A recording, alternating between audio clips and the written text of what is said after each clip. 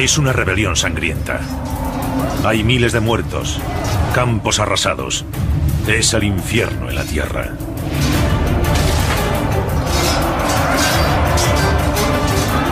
Los rebeldes son un pueblo de tribus de diferentes etnias, los galos. Su-Adalid es el primer general que fue capaz de unirlas, Vercingetorix.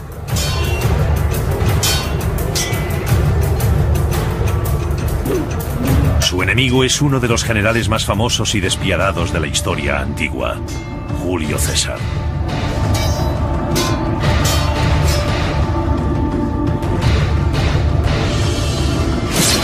Los romanos llevan 100 años oprimiendo con brutalidad a los galos. Había llegado la hora del desquite.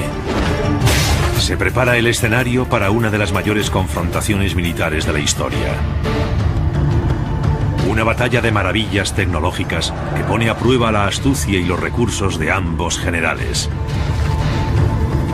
Y que dará forma a Europa en los siglos venideros. Y garantizará el futuro de un imperio.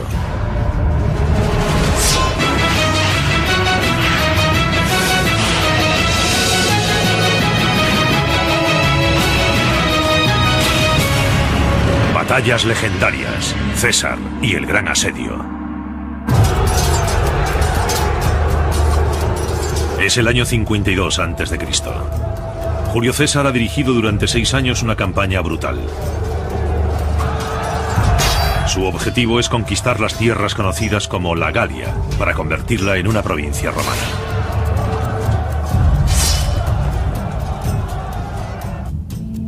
Cuando en el año 58 a.C. se le otorga el mando de la Galia a César, la República Romana ya se había expandido por el norte de África, Grecia, Sicilia, Córcega, Cidonia e Hispania. Pero Roma no había conseguido someter a su vecino del norte, la Galia. Roma siempre había mostrado dudas sobre la expansión hacia el norte, porque tenía una larga historia de más de 300 años, de luchas sangrientas y antagonismo con los galos. Estos pueblos del norte, cuando hacían alguna invasión, eran brutales. Incluso saquearon Roma en el siglo III a.C. Había una muy mala relación. Pero la República de Roma es cada día más fuerte. Julio César, al mando de más de 50.000 soldados romanos, se abre paso a través de la Galia con una crueldad clamorosa.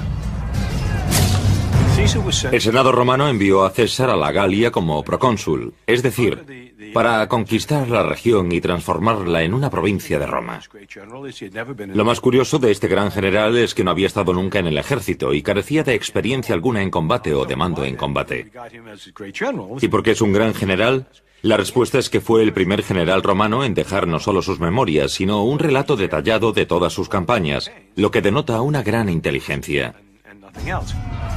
Con lo que escribió César sobre los 6 años de guerra en la Galia, se llenaron 7 libros. Aunque él se considera un genio militar, puede que su éxito se explique por la calidad de su ejército.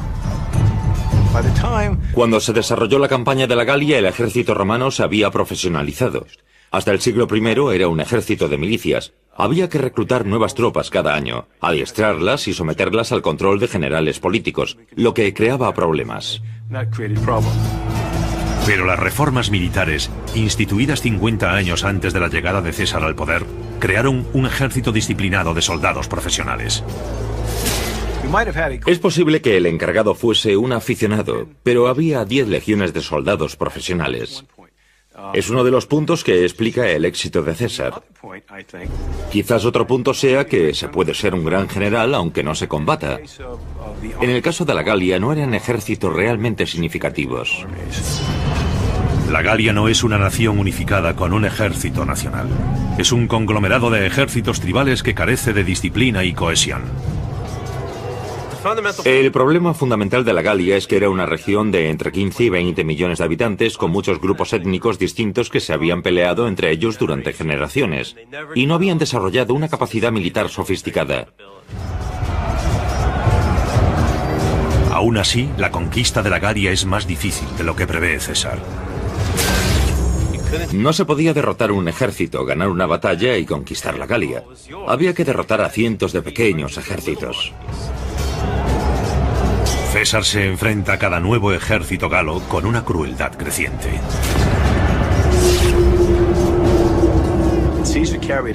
César cometió carnicerías horrendas como producto de la típica brutalidad romana de imponer o bien la amistad de Roma o el terror de Roma.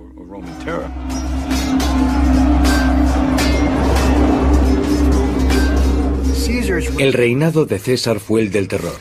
Destruyó aldeas enteras, mató a todos sus habitantes y fue en busca de la siguiente, una brutalidad absoluta.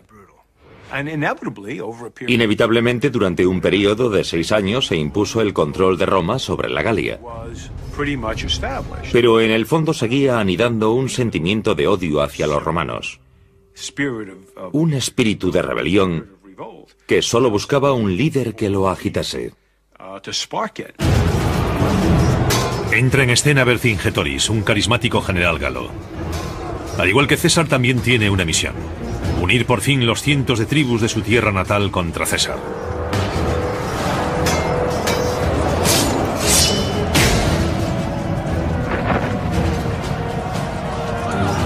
Vercingetorix es un rival digno de César. De joven se había adiestrado y peleado al lado de las legiones romanas. Vercingetorix había sido jinete del ejército de César en las anteriores guerras gálicas. Sabe cómo funciona el ejército romano. Conoce sus puntos fuertes y sus puntos débiles. Es el tipo adecuado para hacerle frente a César. Vercingetorix estaba convencido de que podía ser el momento justo, la gran oportunidad de los galos. No era su tribu o la otra, era todo el mundo. Creía que podía encender la chispa con un ataque triunfal contra los romanos, y que de ese modo, por primera vez, las principales tribus galas unirían sus fuerzas para combatir la opresión romana, derrotar a César y expulsar a los romanos. Eso era lo que había pensado. Su plan para provocar a César tiene éxito. Vercingetorix ataca con más de 70.000 soldados la ciudad romana de Orleans y le da a César una dosis de su propia medicina. Se lanzó sobre ella como un león sobre un conejo, quemó la ciudad y asesinó a todo el mundo. Los galos masacran a más de 5.000 hombres, mujeres y niños. Vercingetorix envía a César un mensaje claro: los galos no tolerarán más la brutalidad del general romano. Esa fue la chispa de la revuelta. Fue un hecho señalado que impulsó a los galos a luchar contra Roma. Era la intención de un buen estratega que tuvo éxito. Para Vercingetorix ya no hay vuelta atrás.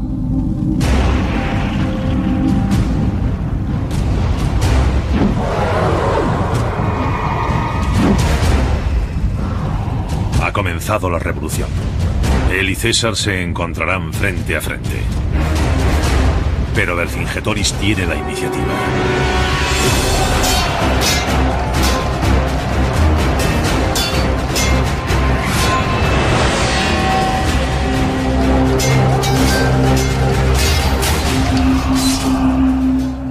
Pronto consigue más victorias, cuenta con el apoyo de un ejército enorme y lo dirige bien. De repente ese hombre es imparable. A pesar de superar a los romanos en número, Vercingetorix sabe que su ejército, grande pero desorganizado, perdería en una batalla directa y abierta contra el ejército altamente profesionalizado de César. Así que su estrategia consiste en atacar a César con pequeñas incursiones, con una guerra de guerrillas, hasta infligirle tanto daño que los romanos se vean obligados a retirarse a Roma.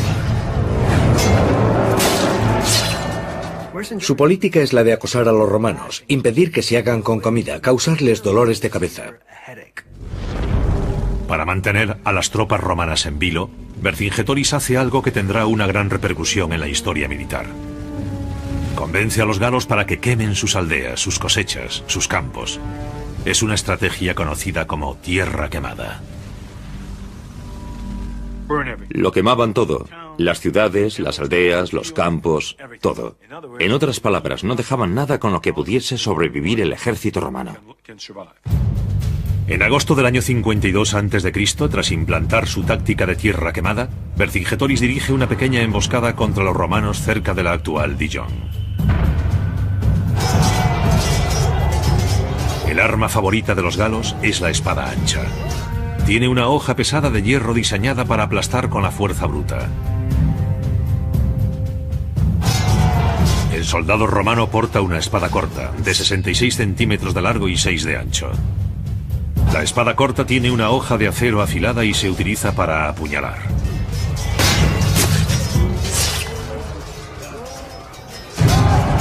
Tras un combate de varias horas en Dijon, Vercingetorix pone fin a los ataques relámpago y retira a sus hombres. Parece que tiene éxito la estrategia del galo. César se pone en marcha desde Dijon hacia la frontera de Roma. Vercingetorix lo persigue con su ejército para impedir que César alcance Roma y reabastezca sus fuerzas.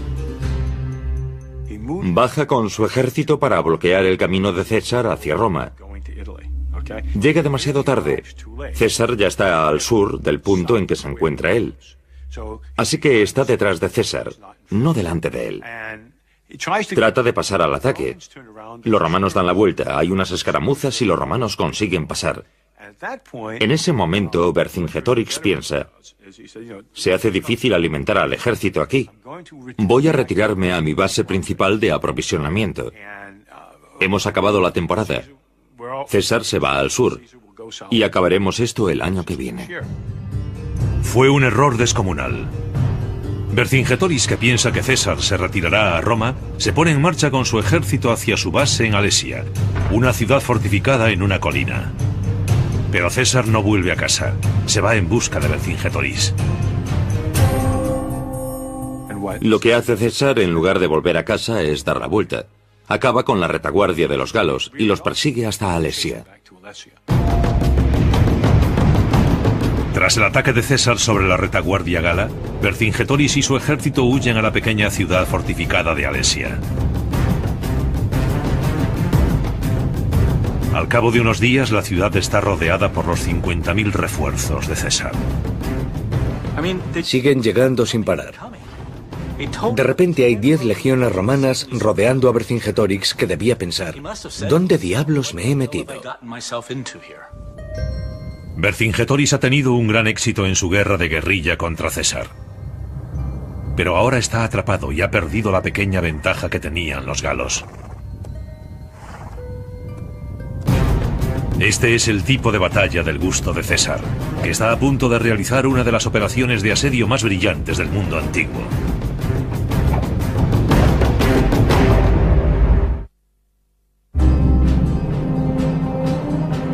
Año 52 a.C., la ciudad de Alesia. El comandante militar romano Julio César, con más de 50.000 soldados, ha atrapado a 70.000 galos con su revolucionario líder Vercingetorix en el interior de la ciudad. Alesia es muy importante porque es un gran cataclismo final. Militarmente es la última ocasión de impedir que los romanos controlen toda la Galia. Alesia es la moderna ciudad de Alise-en-Reine, localizada en la Francia actual. La ciudad tiene unos 7,5 kilómetros de circunferencia, posiblemente rodeada por un pequeño muro de 1,80 metros de alto. Alesia, en la que viven 10.000 mujeres, hombres y niños, se sitúa en una pequeña colina, a unos 500 metros de altura sobre un valle. El valle lo atraviesan 2 ríos pequeños.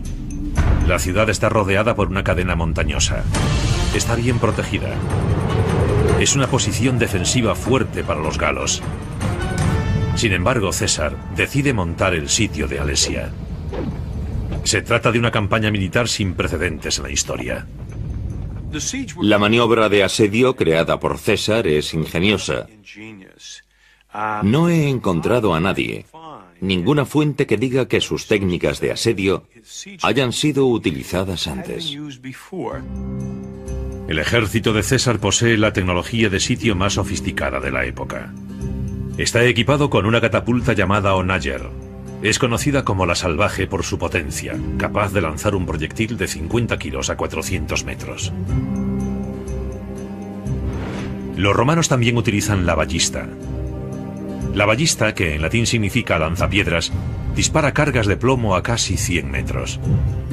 Cada legión romana cuenta con 30 de estas. Pero un asedio es algo más que un ataque con armas modernas y poderosas. Y César sabe que la táctica correcta en Alesia no es un bombardeo incesante. Al contrario, César cree que para ganar esta batalla no debe hacer salir a los galos, sino matarlos de hambre. César decide construir un muro de 15 kilómetros alrededor de Alesia para encerrar a los galos dentro de su ciudad. Lo que Vercingetoris pensó que sería un refugio seguro resulta ser una trampa mortal. Primero los soldados de César excavan una zanja de 6 metros de ancho y 6 de profundidad. A continuación excavan otra zanja de 5 metros de ancho y 2,5 metros de profundidad que puede llenarse de agua. Después otro foso seco. Finalmente comienzan las obras del muro de 4 metros de altura, rematado por torres de vigilancia cada 75 metros. Lo llaman circunvalación. Se construye un muro alrededor de una ciudad. Se trata de meter en prisión a miles de personas. El propósito de todo eso era impedir que saliese nadie de la ciudad. Podían salir de sus propios muros, pero estaban atrapados en un terreno peligroso entre el muro de madera de los romanos y su propio muro. No es la primera vez que César demuestra ser un maestro de la tecnología.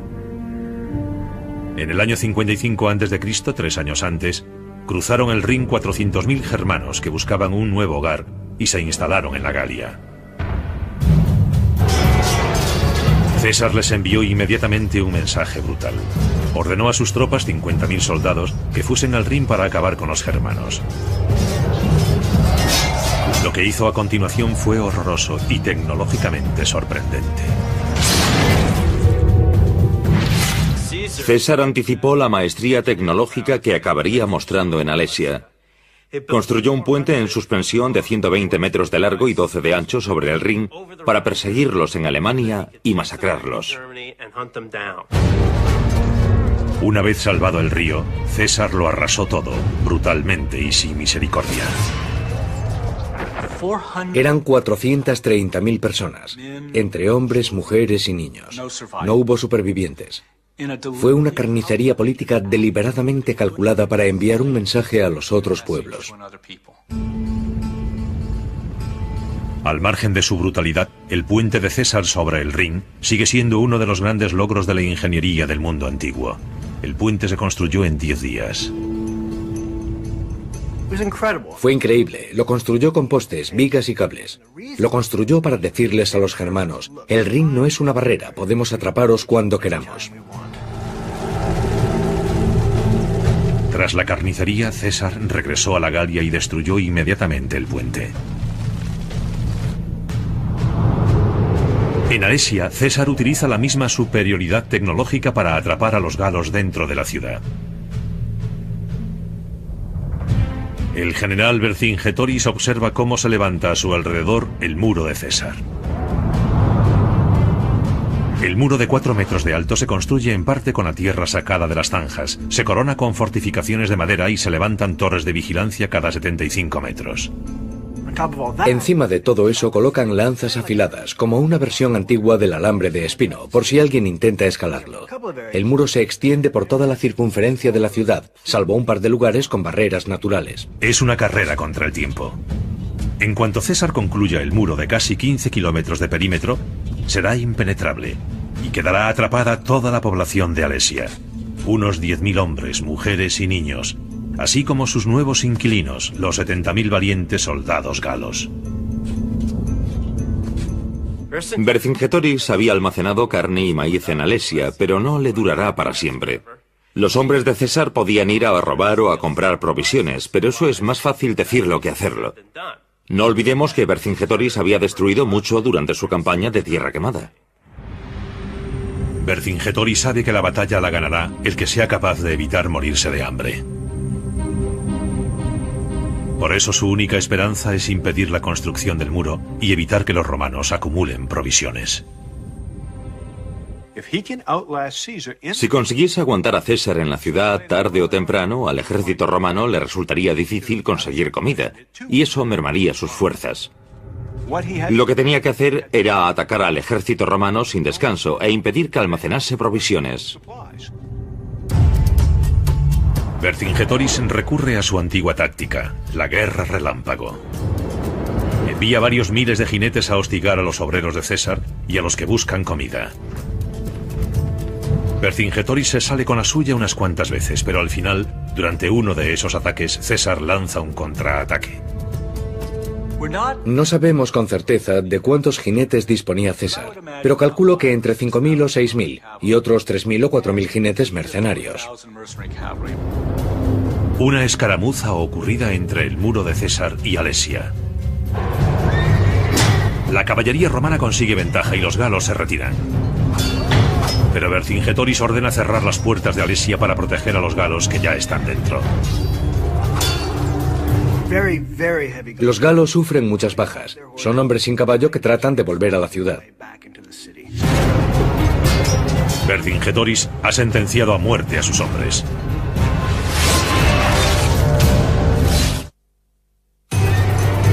Año 52 a.C. El sitio de Alesia conoce su primer baño de sangre. Una escaramuza de caballería tiene un final fatídico para los galos. A pesar de vencer en esa pequeña escaramuza, César continúa el asedio. Ordena abrir más zanjas, colocar más dispositivos antipersona y construir más trampas mortales. Se ponen en el fondo de las zanjas trampas con afiladas estacas de madera llamadas cipi. Se extiende una barrera de púas de hierro llamadas stimuli delante de los muros para pinchar los pies de los soldados y los cascos de los caballos. Había fosos inundados, árboles derribados para formar obstáculos y, cubriéndolo todo, una colección de armas. Flechas, flechas con fuego, ondas, proyectiles. Podían crear una lluvia de fuego en una zona de impacto. Al cabo de 5 semanas, el muro de 15 kilómetros, dotado de pozos, obstáculos y dispositivos antipersona, se había finalizado casi por completo. El general galo Vercingetorix se ve obligado a jugársela. Envía toda su caballería, 15.000 hombres, a recorrer la Galia para reclutar ayuda entre las otras tribus galas. Puede parecer una buena jugada, pero piénsenlo un poco. Había tenido éxito hostigando a César. No le permitía avanzar. No le permitía almacenar comida. Pero renuncia a todo eso. Y sin ánimo de ofender, dice, que venga la caballería. Vercingetorix cambia de táctica y básicamente permite que los romanos finalicen las obras del sitio y alimenten a su ejército. La decisión de ir a buscar ayuda en lugar de seguir hostigando las obras de construcción es una decisión militar clave. Si detienen a la caballería y no responden las otras tribus, Vercingetorix y su ejército están perdidos. El ejército romano, sin caballería enemiga que lo acose, puede construir las obras del asedio a placer. Y eso hace. Lo más importante es que ahora pueden aprovisionarse libremente, que es algo que César ve con claridad. Ordena a su intendencia que almacene grano para 30 días más. Aún así, César sabe que si la caballería gala regresa con refuerzos, los romanos pueden salir derrotados. Para defenderse contra ello, César decide levantar otro muro, a unos 400 metros de distancia del primero. El primer muro de César mantiene a Vercingetorix dentro. El segundo muro mantiene el ejército de refuerzo fuera. Pero también encierra a los 50.000 soldados romanos que deben acampar entre los dos muros. Fuera de este muro de circunvalación, levanta un segundo muro llamado contravalación. Este muro mide 30 kilómetros de perímetro. Así que tenemos un muro dentro de un muro y una ciudad en medio. Visto desde arriba parece un pastel relleno. A los romanos, sin la molestia de la caballería, no les resulta difícil construir el segundo muro. El muro es de una pieza, excepto en una pequeña sección en la base del monte Rea, cerca de donde cruzan el valle los dos ríos. Finalizada la construcción del muro, todo el mundo comprende que lo que decidirá el ganador y el perdedor de la batalla es la comida. César sabe que en cuanto aparezcan los otros galos no podrá enviar a sus hombres a aprovisionarse. Y Vercingetorix, dentro de la ciudad, controla personalmente las raciones de carne y maíz. Estamos en la 7ª semana de asedio. En la ciudad escasean las provisiones, subsisten con la comida que han almacenado antes de ser sitiados. El agua para cerca de las 100.000 mujeres y niños y soldados galos proviene de los pequeños ríos o manantiales. Cuentan que uno de los hombres de Vercingetorix le dijo: comámonos los soldados muertos, los habitantes de la ciudad. Así podremos resistir mucho tiempo. No habría sido el primer caso de canibalismo ni el último. Recuerden el grupo de Donner en nuestra propia historia. En los viejos libros de historia siempre se califica a los galos de bárbaros, pero está claro que tenían algo de humanidad. Vercingetorix no lo permitió. Sabe que hay demasiadas bocas hambrientas que alimentar.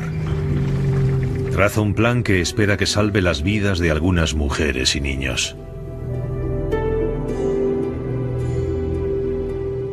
Lo que hizo fue mandarlos al muro romano y decirles: dejad que se vayan, esto no tiene sentido, o convertidlos en esclavos. César rechaza la oferta. Sus hombres están al borde de la hambruna. No hay nada que recoger en la tierra que rodea Alesia por culpa de la estrategia de tierra quemada de Vercingetorix. Siente poca simpatía por las mujeres y niños galos desesperados que deben regresar a Alesia. Pero Vercingetorix tampoco quiere recogerlos de nuevo. Se había deshecho de una gran cantidad de personas que ya no debía alimentar. Se negó a abrir las puertas de la ciudad. Así quedó atrapada mucha gente entre el muro exterior y el primer muro romano, donde simplemente dejaron que se muriera de hambre. Hay cerca de 3.000 mujeres y niños atrapados en tierra de nadie, títeres en la lucha de voluntades entre Vercingetorix y César.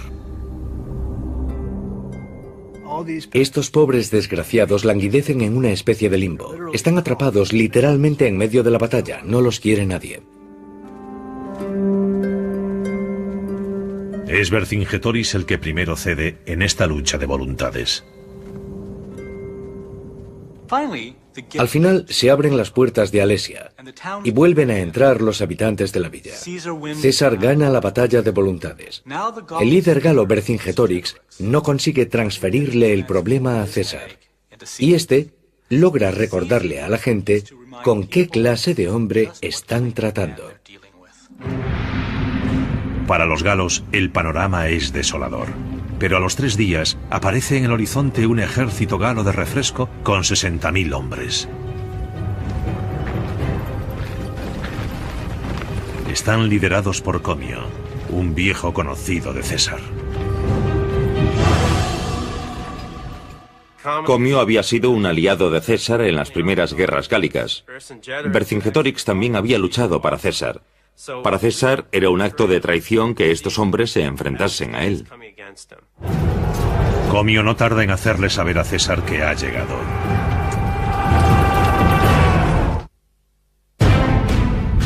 Por primera vez en el sitio de Alesia, parece que César puede estar en apuros. Han venido al rescate 60.000 soldados galos comandados por un hombre llamado Comio. Pretenden ayudar a Vercingetorix, que está atrapado dentro de la ciudad con decenas de miles de civiles y soldados. Comio pasa inmediatamente a la ofensiva.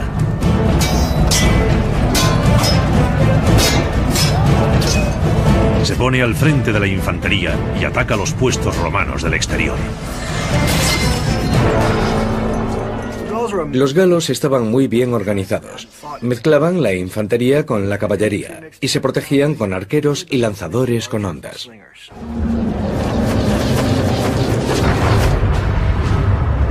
César se ve obligado a enviar 5.000 jinetes a defender el muro, pero lo recibe una lluvia de flechas.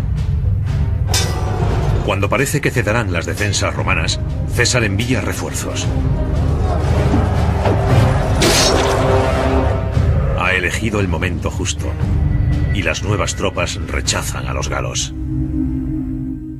A pesar de la gran diferencia en número, César hace retroceder a los galos hasta las montañas y realiza una masacre entre los arqueros que apoyaban a la caballería gala. La batalla es encarnizada desde el mediodía hasta que se pone el sol. Vencen los romanos. El primer asalto de los galos es un fracaso. La batalla era prácticamente suya. Tenían 4 veces más soldados y aún así no pudieron derrotar a César. No era un buen augurio. Pero Vercingetorix no tiene intención de rendirse. De alguna forma consigue coordinarse con Comio para lanzar un ataque nocturno en todos los frentes contra las posiciones romanas. No sabemos muy bien cómo se comunicarían Comio y Vercingetorix. Puede que tuviesen espías capaces de atravesar el muro, pero no creo que se comunicasen durante la batalla. Aquello era un caos.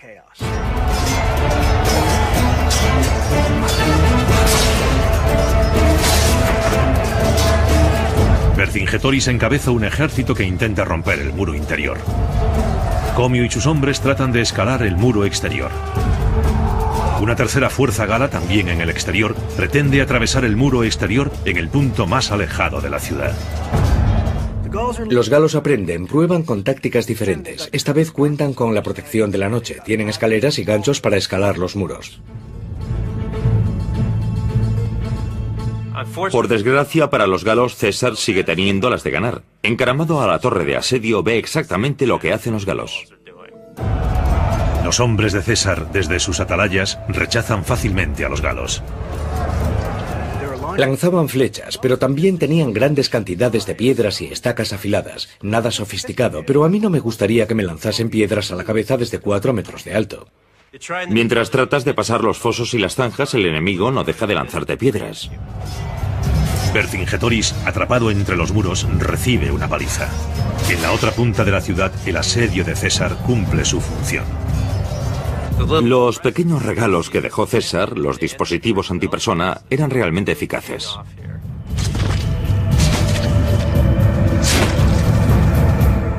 No pueden dar un paso sin caer desde 3 metros sobre una estaca o sin que se les clave un gancho en las piernas. Los galos no pueden superar el asedio perfectamente diseñado por César.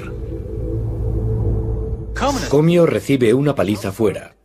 Vercingetorix recibe una paliza dentro. Los dispositivos antipersona acaban con los galos a mansalva. Y todos ellos reciben una lluvia constante de flechas y lanzas romanas. Al amanecer se retiran todas las fuerzas galas, tanto dentro como fuera de los muros. César ha vencido una vez más. Esto tuvo que volver locos a Comio y a Vercingetorix. A pesar de contar con el triple de hombres, se pasan el tiempo rellenando las zanjas y muriendo a manos de los romanos. César es como un gran jugador de ajedrez. Al sitiar Alesia y luego construir el segundo muro para rechazar a los galos desde el exterior, ha neutralizado la ventaja numérica que tienen los galos. Es una genialidad. Han pasado 5 días. El hambre hace mella en los galos. Estos, desesperados, tratan de buscar el modo de detener a los romanos. Ya han sufrido 2 derrotas, pero tienen que hacer algo. Dentro de la ciudad, la gente se muere de hambre. Por fin los galos descubren el punto débil en el muro romano exterior al pie del monte Rea. César no puede conectar completamente el muro exterior por culpa del río Ose. Es una brecha que pretende explotar Comio.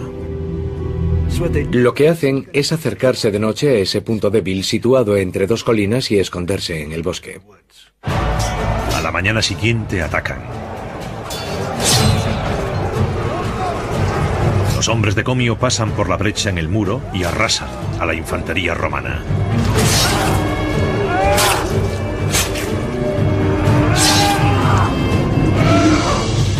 Un segundo grupo de galos trata de atravesar el muro por otra zona. La segunda fuerza gala empieza a superar el muro. Los romanos no tienen ya nada que lanzar. Al mismo tiempo, Vercingetorix ataca desde el interior.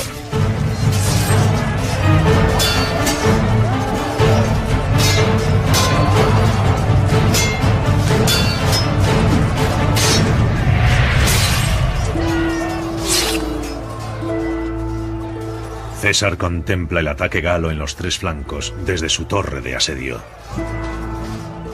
Los historiadores suelen discutir sobre si César era tan buen estratega, pero lo que hizo en esta batalla final fue como dirigir una orquesta. César decide asignar 3.600 refuerzos a defender la brecha en el muro. Ordenó que la caballería del lado norte actuase como refuerzo para proteger aquel punto débil, pero al mismo tiempo los galos enviaron otros 20.000 hombres a la brecha del muro. Pero 20.000 hombres no sirven de mucho si hay que hacerlos pasar por un hueco estrecho entre dos ríos, mientras en ambos lados hay campamentos de legionarios y delante un foso y un muro. César observa el cambio de táctica de los galos. Si no consiguen atravesar el muro, lo derribarán. Ahora están junto al muro y empiezan a destruirlo con ganchos de hierro especiales para derribar los muros de las ciudades asediadas. Es el mundo al revés por culpa de los muros de César. Normalmente son los conquistadores los que usan los ganchos, no los defensores. Es una batalla encarnizada en todos los frentes.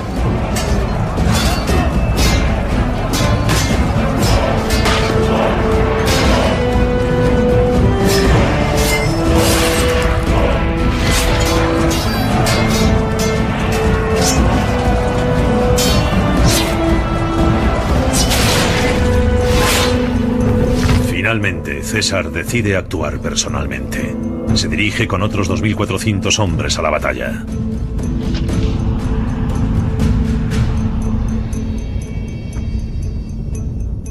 Asume el mando de 4 cohortes de infantería y se pone su famosa capa roja. Siempre le pareció importante que las tropas viesen a sus generales en la batalla, y entra en la refriega con sus 4 cohortes.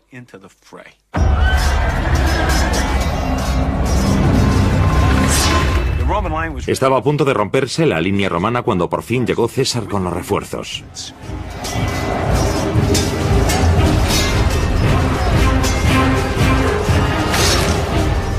Ahí está, ensartando galos con su espada, haciendo una carnicería.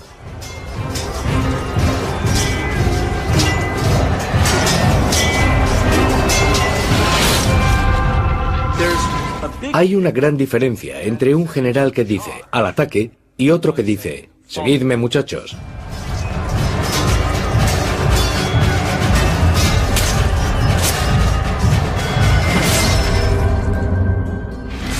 Patton se ponía la capa roja para imitar a César. Cuando llega César, los legionarios romanos dejan en el suelo las lanzas, las jabalinas, las cosas que lanzaban a distancia. Cogen las espadas y arremeten contra los galos.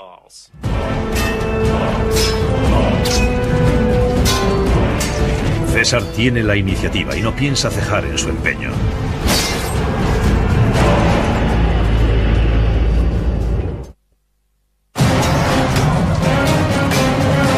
Tras 2 meses de asedio en Alesia, Julio César, con su famosa capa roja, dirige a sus hombres en la batalla contra los galos.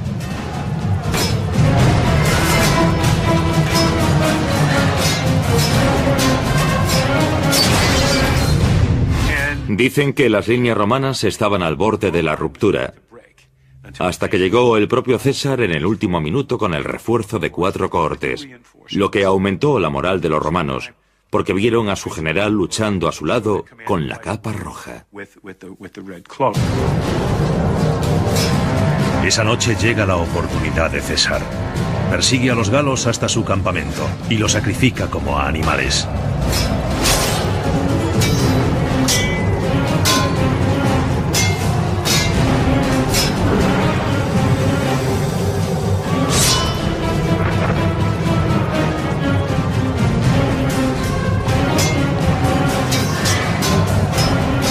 A pesar de que la derrota es inevitable, Vercingetorix sigue luchando.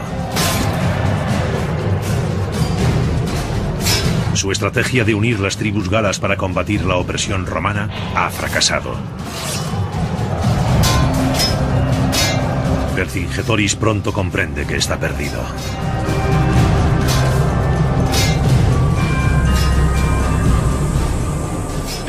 La derrota es un mensaje de desesperanza para las otras tribus de la coalición. 1 o 2 días después, una a una, como han hecho tantas veces en el pasado, empiezan a desfilar de regreso a sus dominios tribales. Y aunque Vercingetorix sabe que se ha terminado la partida, es él quien toma la iniciativa y abre las negociaciones con los romanos. César se había ganado una reputación exterminando tribus enteras. Pero curiosamente, tras esta batalla, decide indultar a los guerreros galos. César fue muy benevolente. No es normal en él, que tiene fama de exterminar tribus enteras. Puede que intuyese que para calmar la insurgencia debía cambiar de táctica. O quizás aprendiese a respetar el espíritu batallador de los galos. Pero fue Vercingetorix el que inició todo esto. Había que dar ejemplo con él.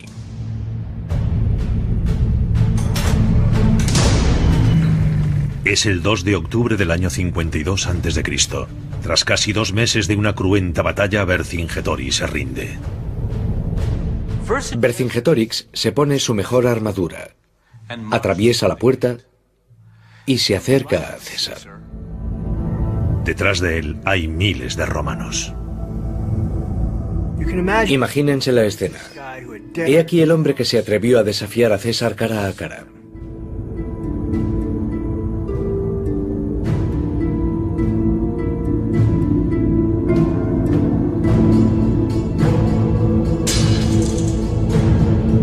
Es un guerrero valiente, pero cometió un error táctico básico.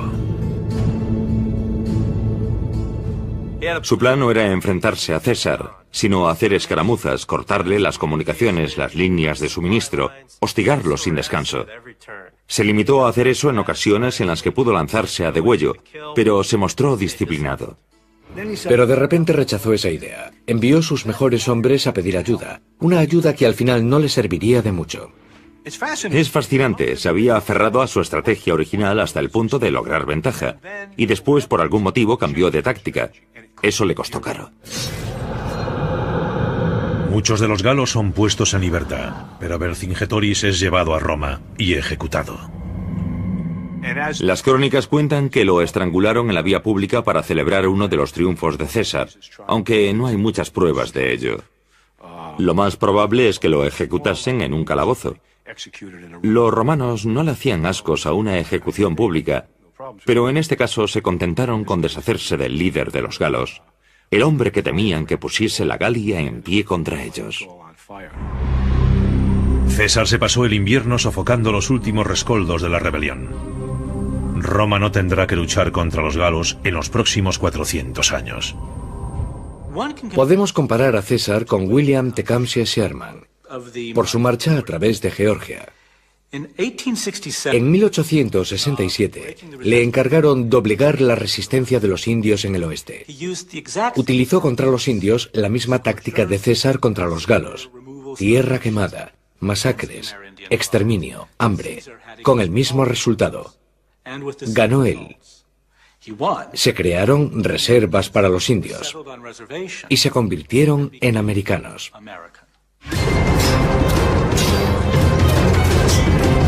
Alesia fue una gran victoria personal para Julio César, quien a veces fue el asediado en lugar del asediador. Pero el resultado de la batalla es algo más que material dramático para las memorias de César.